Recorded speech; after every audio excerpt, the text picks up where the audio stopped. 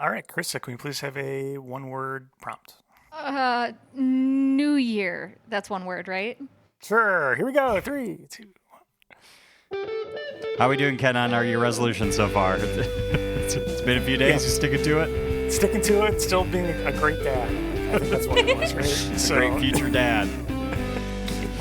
I've been doing a terrible job. It's too cold to go on walks, so I haven't done that, which has not been good. I don't think I left my house in days. Hey, welcome to the Overtalking Podcast with your hosts, Ken and CJ. Say hi, CJ. Hi, CJ. This is the show where we talk over TV shows and movies as chosen by our guests. And this week, it's another What You've Been Watching, but this time, we got a guest. Who we got, Siege?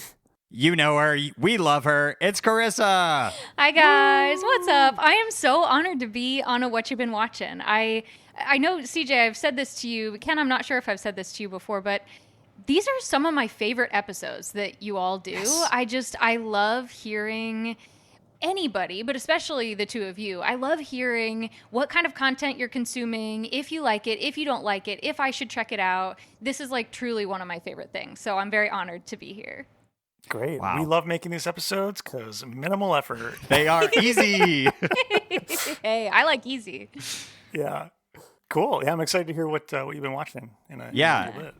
The author of Horror Corner, folks, horrorcorner.substack.com. Check it out. Let's just get into it because, Karissa, like us, you did a 2024 in review post. I absolutely did. Yeah. A couple years ago, Eric and I set out to watch 100 movies every year. That fell off pretty quickly. 2020, it was pretty easy, and it's gone significantly downhill since then. So I didn't get anywhere close to 100 movies this year, but I do at the end of every year like to recap my favorite horror movies specifically, and then I'll throw in some non-horror every now and then. But honestly, most of the content that I'm watching, listening to, reading is horror related, so it really works out. My top 5 horror for 2024 went up last week, and I know there was some overlap, right? Yes, definitely some overlap with both of our top 5s. However, what I love about this is at the start of the post, you have a pie chart breaking down your movies by genre, which I wish we had that for this show. Yeah. That would be How very did you interesting do that? to see. I want to know. Listen, my job is mostly spreadsheet and email. So I've become a spreadsheet girly in the last couple of years. And so, yeah, I just made it in Excel and exported a chart. And I was using my skills in a new way that was for fun, and I definitely impressed my data scientist husband, who you both know as Brother Eric. I was really curious because I expected my breakdown to be much different. I expected the horror to be a much higher percentage, but it ended up only being like a little over half. So I surprised myself too. And one thing that really I noticed was this 9.1% of action genre. Karissa, we got to pump that way up. We got to watch more action movies. The only action movies I watched in 2024 were the Expendables movies with you, CJ, and Eric, and Emily. Yeah, I really am not an action movie fan, but I did that for you guys. And now somehow that made up 9% of the total movies that I watched this year. You're welcome. I actually want to pump that down. Less action movies in 2025. Yeah, well, I disagree with that. I think that should be like 90%. No, although there is, I haven't seen this one, so this doesn't count toward my What You've Been Watching, but I've been hearing really good things about that new action movie Fall Guy. That new-ish, but I loved it. From like a couple years ago, isn't it? That was like earlier last year, I think. Okay. It was in the last year. I don't keep up with my action movies. So, yeah, I heard that was really good, and it's been advertised to me on my streaming services. So I'll be checking that one out. That might be the only action movie I watch in 2025. I had a blast watching Fall Guy. We saw that in theaters. It's a lot of fun because it's decently funny, too. Like, it's a lot of, like, action movie tropes. Purposely. Hilarity ensues. Ensues. Oh, yeah. And I love Ryan Gosling. He's my guy. So I'm down for anything that guy does. Yeah, I recommend that. Cool. I gotta check that out, too. And then I feel like you have a similar percentage with probably, if Ken were to do this, that comedy comes in at a 3.6%. It might be lower. Barely a percent? Barely on there. I really want to do a pie chart as well, but I'm not messing with Excel, so we'll never know what mine is. We'll But, never know. Yeah, I was just trying to go through my letterbox because I still try to keep that updated, which is KDrisk01 on Letterboxd. For Very easy to remember. Yes. I have no idea how to use this, apparently. I have no idea how to sort or anything, so I'm not going to be of much help here. On Letterboxd? Yeah, I'm just looking at my diary. But Yeah, I have to say, even though I do use Letterboxd, at least their mobile app is complete garbage. Like, I don't know how to navigate it. I don't know how to add friends on there. Ken, I've been trying to add you on Letterboxd for a long time, or maybe I already managed to do it one day. But I genuinely can't figure out how to add friends on Letterboxd. The just interface follow is people, right? Yeah, Is but there even how? a There's thing no as friends? search bar. There's a search There in the is. top right, but then you have to scroll all the way over to find members. So that Oh, you're that searching must be by what just I'm members. missing. Yeah, probably there's a ton of there's a giant horizontal scroll, which isn't a good design. Yeah, for a mobile app, no Yeah. thank you. I won't be Yeah. scrolling.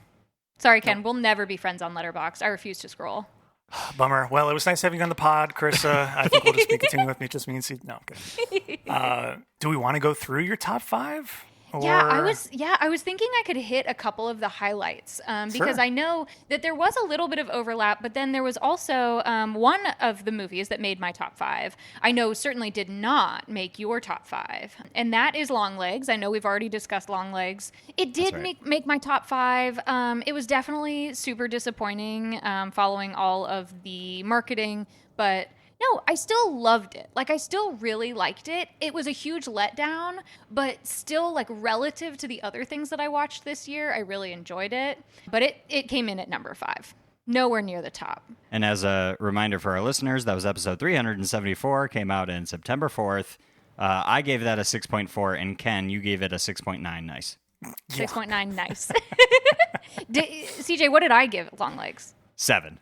7. Okay, so not great, but Okay. I still loved it. Maybe could have given it a higher score. Maybe that score's reflecting my disappointment at that time. Yeah. But another one of the movies that we did overlap with was When Evil Lurks, which I still cannot believe, CJ, that you even watched that movie, let alone liked it. Well, I was forced to, so it was not my choice. But But it's such a good movie. Yeah, Yeah, did like, you it was select really that cool. one? No, actually, one of our guests selected it. Oh, and it I was, yeah. I was thrilled. I mean, it's an amazing movie. Have you seen his other movie, Terrified? No, I haven't seen Terrified, but I've heard really good things about Terrified. I rewatched it this past year, and Meg saw it for the first time with me, and yeah, it's super, super, super scary. Yeah. It doesn't quite have the plot that this one does, which I think Yeah. is really what makes this one stand out. Yeah. But yeah, same director, and it's really cool. I think you would like it. Yeah, it's on my list for sure. When Evil Lurks reminded me of The Dark and the Wicked. I don't know if it's just because of this similar kind of like farmhouse setting or the very spooky vibes. But yeah, When Evil Lurks, that came in at number 2 for my list. And coming in at number 1, I'm not sure if either of you have seen this movie, I have is a film called Men.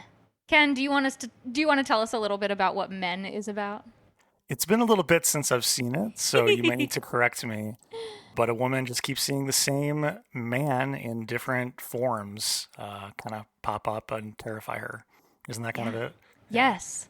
I love this movie so much. Not only is it really, really beautiful, it's set in this like picturesque landscape in this big, beautiful house, but it is truly so horrifying. At every single turn, she either wishes to be completely left alone or needs help. And these men are just tormenting her, ignoring her, putting her in harm's way. Nobody will listen to her. Nobody will believe her. Nobody will just leave her alone. And then, as Ken mentioned, it turns out it's all the same guy. There's some supernatural stuff happening. And yes, highly, highly, highly recommend, if only for the very, very gross thing that happens at the end, which I will not spoil. Yeah, I will say that specifically, it kind of threw me, and I'm not sure I totally got it when I watched it. I was just looking up my review of it, and it wasn't the best, but I don't think it's really for me anyway. Sure. Yeah. Yeah. I think that's fair. Yeah. In the same way that when I watched Mother, starring Jennifer Lawrence, I totally missed the biblical allegory of Mother. Yeah. And I just felt at the deepest level, like, this is how it feels to be a woman. Just, you give, and people just take, or ignore, or don't listen, or put you in harm's way. And I was like, damn, this is good. And then I found out that movie was directed by notorious bad guy Darren Aronofsky, and I was like, well, I can no longer say this is one of my favorite movies, although it's very good. But all of that to say, Men, highly recommend. #1 movie that I watched in 2025. Nice. I love, also as a non-horror movie watcher, the honorable mentions at the bottom of the list, the top non-horror movies. Love seeing Dream Scenario on there. Yes. Yeah, I have to say, Dream Scenario, I think, was my #1 movie of the year for sure. It just didn't quite fit into the horror genre. Although I think there's an argument to be made for that, but no, it stayed on my list of non-horror recommendations. Yeah, and fun to see Saltburn on your honorable mentions too, you freak. I love that movie. Yeah. Oh my God, I haven't love seen it, but I Saltburn just so know much. The stuff in it. It is so wild. I love that movie. I know people either love it or hate it. I'm in the love it camp. You definitely need to check it out. And then I just want to call out a couple other things on your actual top 5. Yeah. I saw The TV Glow. Love that movie. Excellent movie. Incredible. CJ, I think you would actually probably like that too. CJ, I think you would really like that movie. It is really, really weird with lots of practical effects. I think you'd be really into it. Do you like practical effects? Yeah, it's exceptional. And then Smile 2, which I watched recently. Ooh. And I feel like I need to talk to you off the pod about it. We do. Otherwise we could take up a whole episode. We do. I have questions, and I have no idea how they're going to continue this if they try to, which they must, because this is making so much money. I know. I loved Smile 2, and I really, really loved Smile 1. I loved the first one, so I was a little nervous about going into the second one.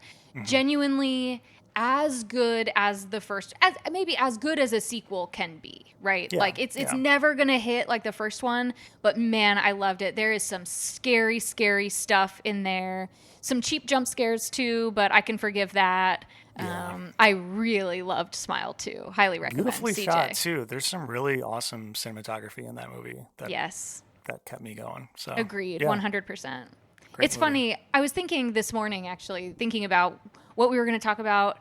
And CJ, I was listening to a recent episode, and you said something that really stuck with me, which was, it was on your reflection episode, when you said that When Evil Lurks is the type of horror movie that you can watch.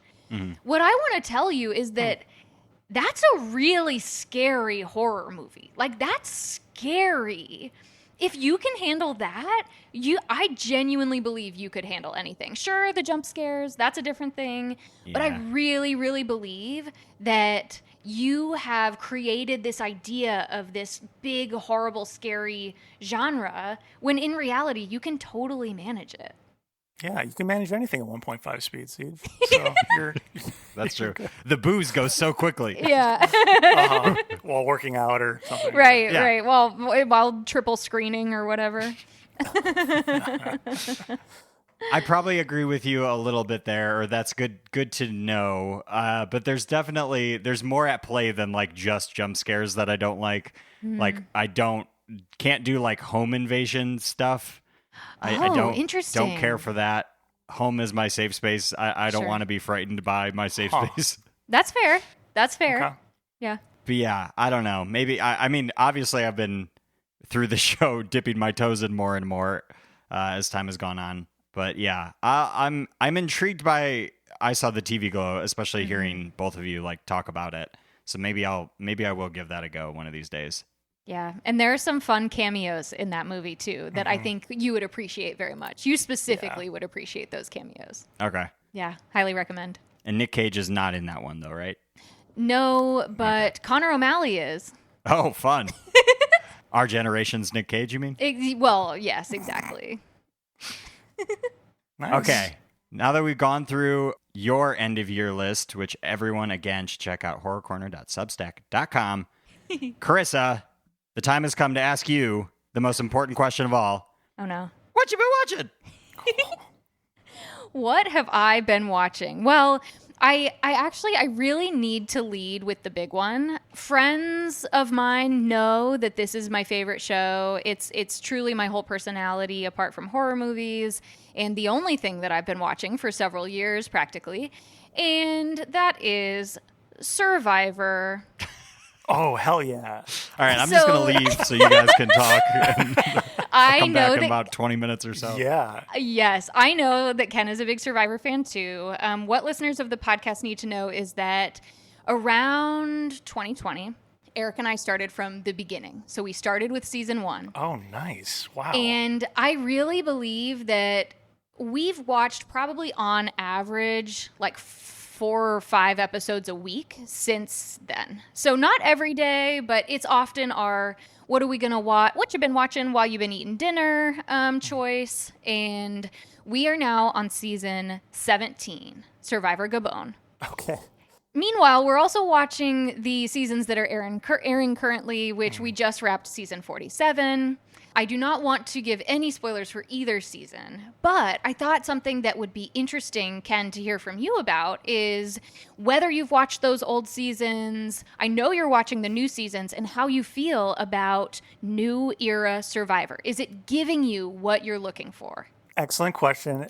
So to preface this, my wife Meg and I, every New Year's Eve, because we're lame and can't stay up till midnight anyway, our tradition is to binge a old Survivor season. Yes. So we just finished season 16, which was Micronesia, fans versus favorites. Fans versus favorites. Yes. What a great season. Obviously, we just watched that one as well. No, that's perfect. And we picked that specifically for one really dumb play moment that keeps being harkened back to in newer seasons. So Meg was like, we got to watch that at some point. She didn't know who won or anything like that. So it still made it watchable. I'm not sure I've seen every season, actually. I've definitely never seen Gabon, which I've heard is like one of the worser ones. Yeah, it hasn't been great so far, but I'm still on board. So to answer your question, because I just watched an older season, we were talking about this recently. It's interesting to see the host Jeff Probst then and now, because then he clearly hates his life. Yeah.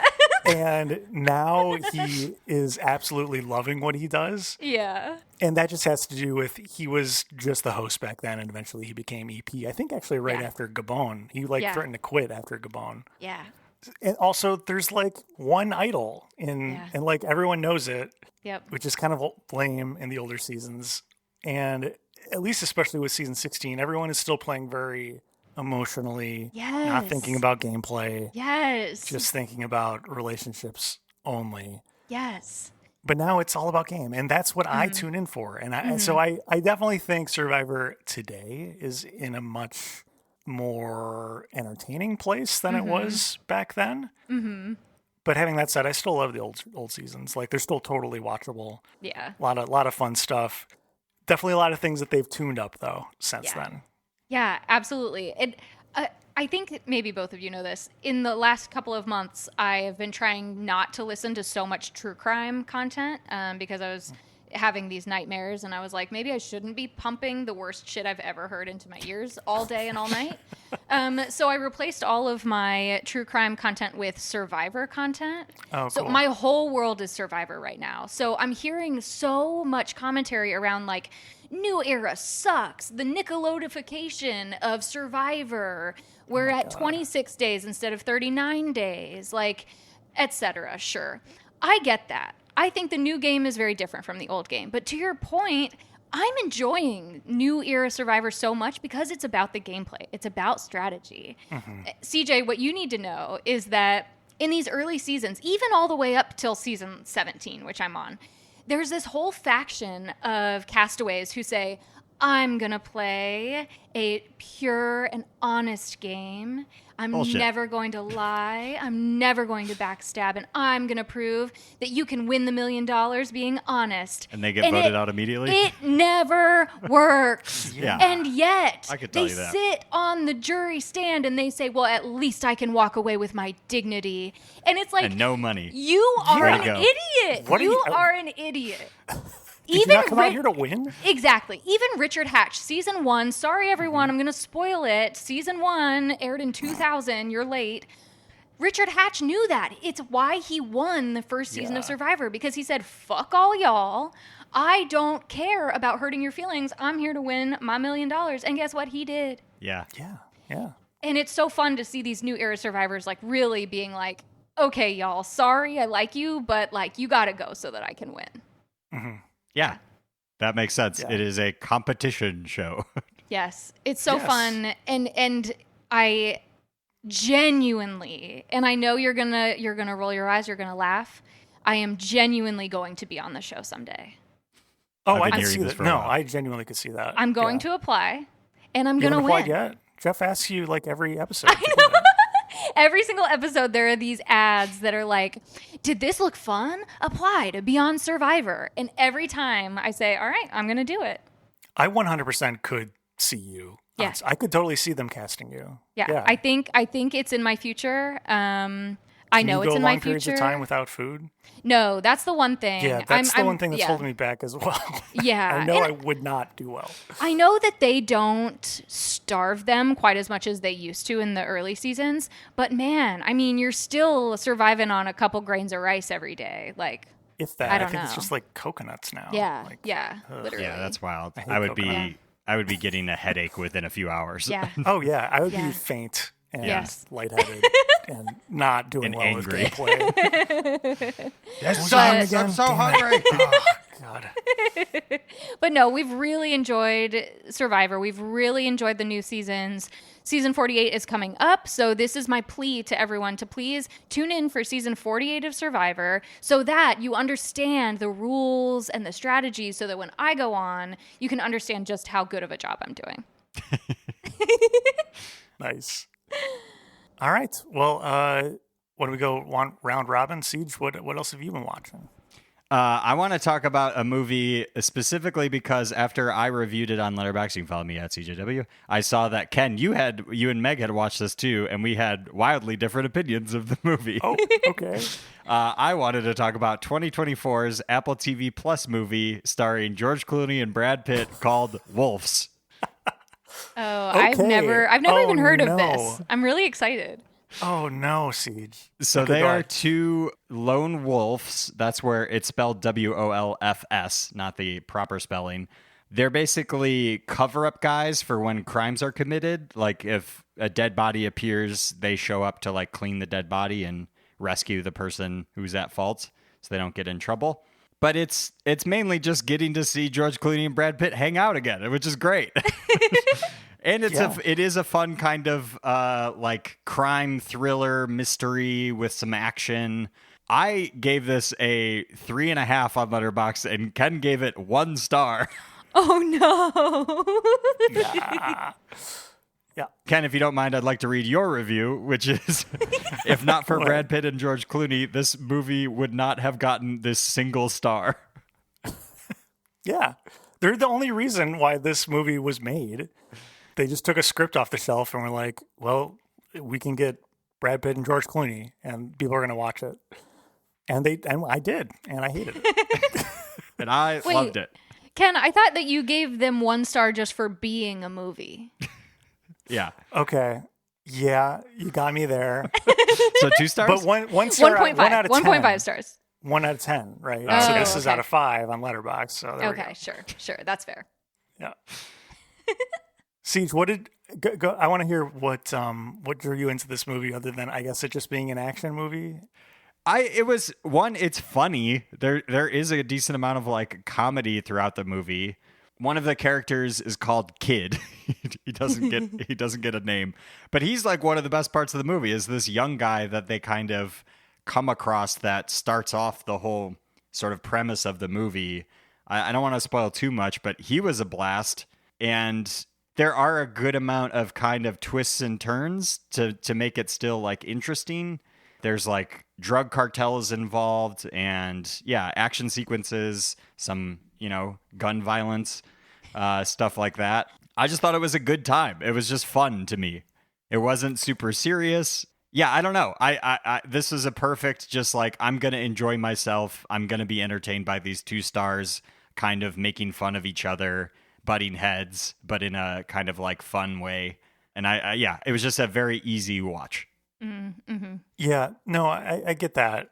I 100% love the dynamic between George Clooney and Brad Pitt. Like that makes it 100% watchable. But it's just, I think back to like Ocean's 11, right? Where there's a real cool story there too, and other like supporting characters who can move the plot along. And I personally didn't really like Kid, but maybe that's just me. I actually want to read another review from friend of the show, Alex Vasquez, who did not give it a rating. Either that's 0 stars or I don't know, but he wrote, "Cute, but dissipates immediately as it unspools in front of you. Felt like the story was just getting started as it ended. Also, everything looks digital and hollow and empty in this really weird, uncanny way that I didn't appreciate." Yeah, I would agree that it's like it's empty. Like it's missing like substance in my opinion. That's why I didn't like it. I don't know. And it sounds like that is why CJ liked it. Yeah. Yeah, you're right. It's just fun. It's just a good time. Yeah, we don't need substance. No, there's no lessons to be taken away. You don't have to fall in love with the characters. It's just entertaining. Yeah. And isn't that what movies are supposed to be? Entertaining? God forbid we have fun watching these things, Ken. Yeah. Okay, fuck me. All right, Ken, let's hear your super serious whatever crap you've been watching. Okay, get ready to be depressed. Have you Already ever there, wanted Ken. to hate your life more? No, I'm kidding. So I've actually been watching something really interesting lately. This was something that Meg and I kind of dipped our toes into over our holiday break. A lot of these ended up on Shudder, and so that's kind of how we dipped our toes into it. But have either of you heard of A Ghost Story for Christmas? No, I've never heard of this. Okay, so this is an older BBC thing where every year on Christmas they would release a roughly 30 to 50 minute little short horror thing back in like the 60s and 70s. And there's some really cool ones. They have nothing to do with Christmas. They were just released on Christmas. But we're like, okay, well, we'll check it out. I'm not sure if this is true or not, but you know that one Christmas Carol where it's like there'll be scary ghost stories and tales of the Yeah. I don't know if that's true or not, but I think it must be somewhat related to this because why else would that have anything to do with anything? I love that theory. I'm not going to fact check it. I'm just going to take it as fact. Nope, that's all I want to. I'm not going Yep. to look too far into it. So we watched 3 of these. I'm going to talk about just really quickly the 2 that I think are worthwhile. Mm-hmm. The very first one we watched was Whistle and I'll Come to You, which it's from 1968, so it's very old. It's in black and white, and it's about this really pompous professor guy who's on vacation, and he finds a whistle, and he finds it like next to a grave, and it's got an inscription on it, and he blows it, and something spooky starts to haunt him after that. Really, really, really scary ending, like very frightening for a 1960s thing. Mm-hmm. Highly recommend that. But the best one we saw was A Warning to the Curious. That's from 1972, only a couple years later. And it's, let me just read the synopsis here. Paxton, an amateur archaeologist, travels to the town of Seaburr, I'm not sure how to pronounce that, and inadvertently stumbles across one of the lost crowns of Anglia, which, according to legend, protects the country from invasion. On digging up the crown, Paxton is stalked by its supernatural guardian.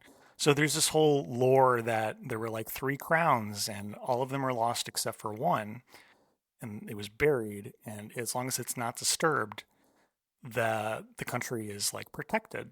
But he sets out, even knowing this, to dig it up. And it kind of falls into one of these horror tropes that I really like, which is, I'm not sure what you would call it, but like intentionally seeking out cursed objects. Mm-hmm, yeah. And it was a really, really cool story. And I really enjoyed this one specifically. So that's just a recommendation in case anyone's curious and wants to watch something. I don't think you need to watch it at Christmas. This has nothing to do with Christmas, but it is part of that series, which I was intrigued by that even existed. So Yeah. That's so cool. I love little bite-sized scary stories like that. Like, is there a Hitchcock one? I think there is. There's. I need to fact check myself on this, but I'm pretty sure that there's some horror director who put out like a series of short mini like horror stories. And Hitchcock has one. It's like The Haunting Hour or something like that. Yes. And some of them, they're kind of hit or miss sometimes, but the good ones are really good. Mm-hmm. It also reminds me of that old Nickelodeon show, Are You Afraid of the Dark? Which was so scary to me as a little kid. And yeah, I just love those little bite-sized, like almost like you would tell them around a campfire kind of stories. That's so fun. Yeah, absolutely. I think, Siege, you could easily watch these, but they are older, so it's maybe hit or miss. And yeah, definitely, we watched a couple that were not the best. Sure. But yeah, A Warning to the Curious is the best one I saw and was like number one on a bunch of the lists that I was looking up of like which one should I be checking out? Very nice. Yeah. The Whistle and I'll Come to You one, they did a 2010 remake, I'm seeing. They did with John Hurt. Yeah. Ooh. Like a full-length film? Yeah, 52 minutes. Oh, wow. Yeah, I think it technically still falls under the horror stories for Christmas. Yeah. But yeah. Yeah, that's interesting. I have definitely never heard of those. Those would be I had not really either. fun to check out. That's very cool. Okay, now it's time for some honorable mentions. Woo, honorable mentions. Okay, can I go first? I'm dying to tell these. Yeah. Okay. Yeah. So there are two fairly new horror releases that I recently watched. I promise I will not spoil, but here are my two honorable mentions. First, Eric and I last night finally watched The Substance. Okay. Nice. Ken, have you seen it? Yes. I'll say me? about You're not it. gonna ask about well, me? I know Obviously you you've haven't not seen seen it. it. I know Yeah. you haven't seen it, CJ. Let's see here. Yep. Okay. Yeah. Confirmed. I've not Over seen 2-hour movie with body horror? No, Yeah. I don't think so. Yeah. I like body horror. Do you? Yeah. Oh. All I right. didn't Well, realize that. Sarah Sherman on SNL, killing it. Well, All okay, her that's stuff is body one horror. type of body horror. No, we loved it. A+ work. I won't say anything else about it because somehow I managed to go all this time without spoilers, and I was able to go in pretty blind. So I want others to be able to do the same. But yes, that's my first honorable mention. Very, very good. Worth the hype. Every ounce of it, so fun. And truly an ending that I've never seen before that had me yelling and screaming and jumping up and down in excitement. So Dang. if that doesn't sell it, Wow. I don't know what will. Dang. Cool. Yeah, no, I really enjoyed it too. I did not have that reaction to the ending, but it was a very, very awesome movie. Yeah. I really liked it. Yeah. Should I go into my second one now or should we do round robin? Do another one. Okay, so my second honorable mention, new release, brand new, and that is Nosferatu. Yeah. And I won't be saying anything Thank you. additional.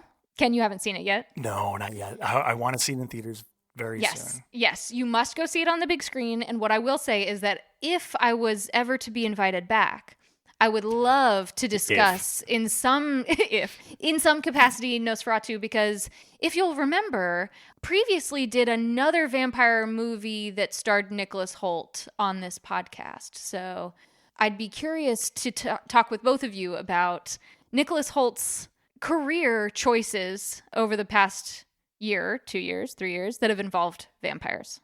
Okay. That's all I'll say. See, you Got might it. need to go watch Nosferatu. I actually probably will. It does look really cool. Yeah. That one I probably will A24. see. Yep. Yeah. Yeah. Can't go wrong there. Can't go wrong. You got any others or This one is. I did have one more honorable mention, which I won't go into too much, but I recently also started watching for the very first time an old TV show that I know both of you have heard of, and that is Lost. Oh, nice. I started from the beginning a couple weeks ago. Way too many episodes, but I'm just kind of letting them play while I work on my new knitting project, and it's been an excellent thing to have on in the background while I knit. So yeah, I guess I'll give you an update on if I would recommend that one next time if I, continue watching. It's still in its infancy, my watching experience. Nice. Yeah, I watched it when it aired. And then maybe a couple years ago, Meg wanted to watch it, so we started making our way through. I think we got like halfway through season 2, and then just kind of petered out. Yeah. I think she still wants to continue it, though. So it's a great show. I really liked it. It's just, you're right, it's a lot of episodes. It's like so many. Too many episodes. They just don't make them like that anymore, folks. No. Nope. We're lucky when we get 6. Exactly. Yeah. All right. Well, that's the end of my honorable mentions list. All right. Siege, what do you got? For me, I also wanted to mention a TV show that both Emily and I have really enjoyed. Is Netflix's Black Doves, starring Keira Knightley. It is I think also like 6 or 8 episodes. It's like a spy thriller. Very entertaining. Already been renewed for a second season, even though it like just came out fairly recently. Very excited for that. Keira Knightley is balancing her like secret spy life with being a mom. Takes place in England. She's married to a higher up guy in the British Parliament, but in sort of using that for her kind of like spy job. It kind of flips back and forth between like present day and backstory for the characters of like how they got into this business, all that sort of stuff. More gun violence, you love to see it. But very cool. A lot of twists and turns, very entertaining. And to give it some credit, again, Emily liked this show, not just me. Okay. That's how I know the gun violence is at a minimum. Yeah. Yeah. Yeah. Yeah, there's no like head explosions or anything like that. It's just typical. Recommend that if you're into the sort of like spy thriller action shows like I am. Very cool. I do like Keira Knightley a lot, so she's great. Yeah. Same. Nice. You got anything else? And then I'll also mention the movie Cora Bora. Oh my gosh. I haven't seen it yet, but it has been on my list for so long. Yeah. What is this? That's Meg Stalter, right? Yes. Starring Meg Stalter. Came out in 2023. Definitely feels more like an indie film. Yeah. Mm-hmm. Smallish cast. I would say if you're not familiar with Meg Statler, which you should be, she's incredible. Or Stalter, sorry. She's on Hacks as well. It also stars Daryl Hammond, if you remember him from SNL. Yeah. There we go. I think still the voice of SNL. Margaret Cho is another maybe bigger name that people might be familiar with. It stars Meg Stalter as a kind of wannabe musician. She moved to LA from Portland, is trying to make it out there. Things aren't really going well. Very flawed individual. So kind of it definitely has some heart, but definitely a lot of humor. I thought it was pretty good overall. I wouldn't say like great. I ended up giving it a 3 out of 5 on Letterboxd. No, I'm really excited to see that one. Meg Stalter she started on Instagram, right? And kind of like grew her fame from there. But she's the one, you've probably seen this viral Instagram video that's like, it starts like, "Hi gay," and it's like her doing a parody of how corporations treat Pride Month. I actually don't think I've seen that. I think that you would recognize Meg Stalter if she came across your Instagram reels or TikTok. I don't know if you're on TikTok instead of Instagram Reels. Just Instagram Reels. Me either. I'm right there with you. We just see if all you find the one, crap. Just forward it to me. Yeah, we just see everything like 2 days later. So right. Yeah. Oh, that's exciting, CJ. I'm definitely gonna watch that. Yeah, that's fun. Cool. Ken. All right. I'm going to rapid fire a couple of movies, not talk about them, and then I have 2 shows that I will maybe dive into a little bit more. But harkening back to the holidays, I watched Hot Frosty. I haven't seen it yet. Did you love it? Wow. No. Wouldn't in a million of years have seen that coming. Yeah, no, of course not.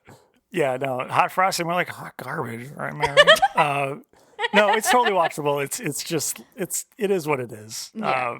I just wanted to watch it just because I thought it was a funny premise. And it was fine. Watched Love Actually for the first time and actually loved it. Well, yeah. Very, very good. It's a classic for a reason. Yes. Yeah. No, absolutely. I'm surprised I had not seen it before, but yeah, really, really good. I really liked it. I watched a horror short on YouTube called Tree Venge, where it shows Christmas trees point of view from being chopped down in the forest to being decorated and then them eventually fighting back. It's like That sounds so good. It's like 15 minutes long. It's very funny. That's Highly very recommend you silly. check it out. Treevenge. I like that. Revenge. Okay. Yeah. Very creative name too. Absolutely. I watched Carry On, which is pretty okay. Ken, I watched that too. Yeah, pretty okay. Yeah. Totally watchable. Nothing bad there. Emily wanted us to turn it off, so I finished it on my own. Okay. I was thinking like that's probably the closest thing to just straight up action that I've seen recently. I watched Conclave, which I really enjoyed. I watched Enora, which is maybe one of the best movies I've seen in a very long time. I am so upset with myself that I didn't see it when it was in the theater. I feel like it's like a big screen experience, but I'll still be seeing it. Yeah, I really want to watch that. Mm-hmm. I wish I had seen it in theaters as well. I guess if you, well, it's too late now, but whenever you decide to watch it, try to watch it like uninterrupted so that you get like, the full experience. I think that's maybe the best way to achieve that. That's great advice. Watch Blink twice, finally. Me too. Okay, maybe we can dive into that one. Well, just a little bit more. yeah. I'd love to hear your thoughts. Yeah, I really enjoyed it. Unfortunately, that one, my viewing got split up a little bit, so I probably didn't get the full impact, just like I recommended the opposite of. Yeah. But I know I thought that it was a really cool twist and idea, and I can't really talk about it more without spoiling it. So and maybe this isn't the best one to dive into, but I did really enjoy it. I thought all of the acting was really great. Yes. And My Name is Jeff guy did a really good job. Yes, I loved it. I was very grateful for the content warning at the beginning. I've never seen it before. More movies should do that. Not only should more movies do it, but this movie specifically, I think I would have demanded it. So definitely heed that warning. But I only heard about this movie. I hadn't heard anything about it. But then Haley Joel Osment, who is in the movie, promoted it on a different podcast. And I was like, I'll check that out. I think that Channing Tatum is fantastic. I think he's a great actor in general, but he was wonderful and very effective in this. I won't say more, but yeah, very, very good. I enjoyed it a lot. Yeah. If you like twisty movies that straight up at the top tell you that there is sexual violence in it. Yes. But there's not. There's not a ton and they don't show a lot of it, but no, what they do show is egregious. Yes, absolutely. Yeah. This morning I watched a movie that's older from 1998 called A Simple Plan, which isn't a horror movie, but it's... The band? Yeah. No, not Simple Plan. A Simple Plan. I'm just a kid. And life is a nightmare. It stars Bill Paxton and Billy Bob Thornton, and they stumble upon a downed airplane that's like covered in snow, but there's a bag of like $4 million in it, and they decide to take it, and the plan is to hold on to it until the plane is discovered and not spend it until then to make sure that they like aren't going to get in trouble for taking the money. And that's the simple plan, and it's all about them not quite following that plan and how things can go horribly wrong after that. Like the band sings about. Yeah. It's directed by Sam Raimi, which is really interesting. Ooh. That's interesting. Yeah, I really liked it. It's kind of a bummer movie in the end, but the ride is pretty good, and the acting obviously is really great. Very nice. I would recommend that. And then, last two things. They're shows. I watched Squid Game season 2. Kind of a bummer. And The Fall. I watched the show called The Fall. Have either of you seen this? No, haven't. Okay. Nope. It's from 2013. Oh, wow. It stars Gillian Anderson and Jamie Dornan of 50 Shades of Grey fame. I like both of those people. Gillian Anderson is the person investigating Jamie Dornan, who is a serial killer. And we spend like equal amounts of time watching them throughout this series, which is really interesting. And it's all Irish and very well acted, and highly recommended if you're looking for a crime thriller. Ooh. With the 50 Shades of Grey guy as the sexy serial the sexy serial killer. Yeah. Really good. It was a good show. Highly recommend it. Wow. Good recommends all the way around. That sounds really interesting. I'm definitely going to check that one out. Yeah. I liked it a lot. Okay. Nice. That's it. I'm done. Karissa, thank you so much for coming on. Oh, thank you guys for having me. This was really fun. I actually have been dying to talk about Survivor on this podcast for a long time. So now that we've opened that can of worms, you all are in on my journey toward being the sole survivor. So it was a pleasure. Yeah, we'll be rooting for you. We'll definitely, if you do make it on, we will have to cover that. Totally. Yeah. 100%. God, what if I'm the first one voted off? Wouldn't that be so embarrassing? That would suck. Yeah, but still very cool that you made it onto the show. Well, sure, that I made it to Fiji at all. Yeah. Yeah. Gotta meet Jeff. Got to. Hey, got to see him up close. Got to see all that plastic surgery up close. By the way, episode 51 from this show, we covered Survivor an episode. We did. That's right, because one time I pitched it and you were like, well, actually, we've already done it. And I genuinely couldn't believe that. Yeah, Season and it's not like we 28. couldn't do another season or anything. Right. Yeah. I don't Right. know. Hard to talk Yeah, about how a did show. we do that? Did we talk about one episode? Yeah, we did. The first episode Okay. of The that very season. first episode? Oh, No, wow. sorry. First episode of season 28. Okay. Oh, okay. Okay. Yeah, I don't think that show can be talked about one episode. Like, you kind of need to talk No. about the whole No, season. I think that was with someone who had seen the full season, and I had as well, and I think it was mainly just us talking about that. Yeah. That sounds about right. Yeah. Karissa, anything to plug? Anything that people should check out besides horrorcorner.substack.com? No, that's really my only gig right about now, but it has been so fun, and I'm excited in the new year to continue doing some different kinds of posts. In 2024, I focused a lot on reviews, and in the new year, I'd like to start to explore some of my other favorite things about horror. For example, some tropes that we love to see, or some patterns, or different things. So yeah, I haven't nailed down a format for it quite yet. I'm gonna let myself be free. So check it out in the new year. Who knows what you'll get, but I appreciate the opportunity to plug it here and share it with you all. Thank you. Awesome. Yeah, we love it. I read all of them. It's Yeah. so fun.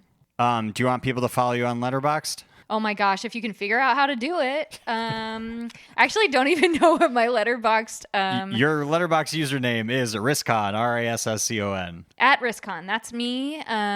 Follow me there if you can figure out how. Nice. Siege, what do we got? You can follow us on all of the things at Overtalking Pod. Email the show at overtalkingpod@gmail.com. Call or text us at USACat 1591 or go to our website, overtalkingpod.party, which you can use to find these super old episodes that we barely remember covering. Yeah, from literally 5 years ago.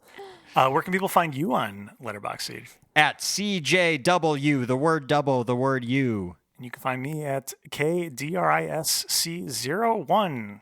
And that's it. You can piece together what the DRISC stands for on your own. It's a mystery. It's a mystery. Oh no, they're here. Oh. Yes, it's the Overtalking Overlords. For new listeners, this is our ghastly, otherworldly landlord who looks like a Dementor, I think is kind of what we said. They show up at the end of every episode to remind me to remind you, if you like the show, please go on Apple Podcasts and Spotify to rate and review. Reviews are what help people find this podcast. Also, we spend no money in advertising, so if you like the show, please tell a friend and spread the word. We would really appreciate it. Thank you. And as we say at the end of every single episode, Happy New Year! Woo! Happy New Year. Bye! Bye. See ya. This episode of the Overtalking Podcast was produced by Ken and CJ, edited by CJ. This week's special guest was Karissa. Music by Justin Peters, logo by Nate Richards. Check out Nate's work on Instagram at Nate Richards Designs.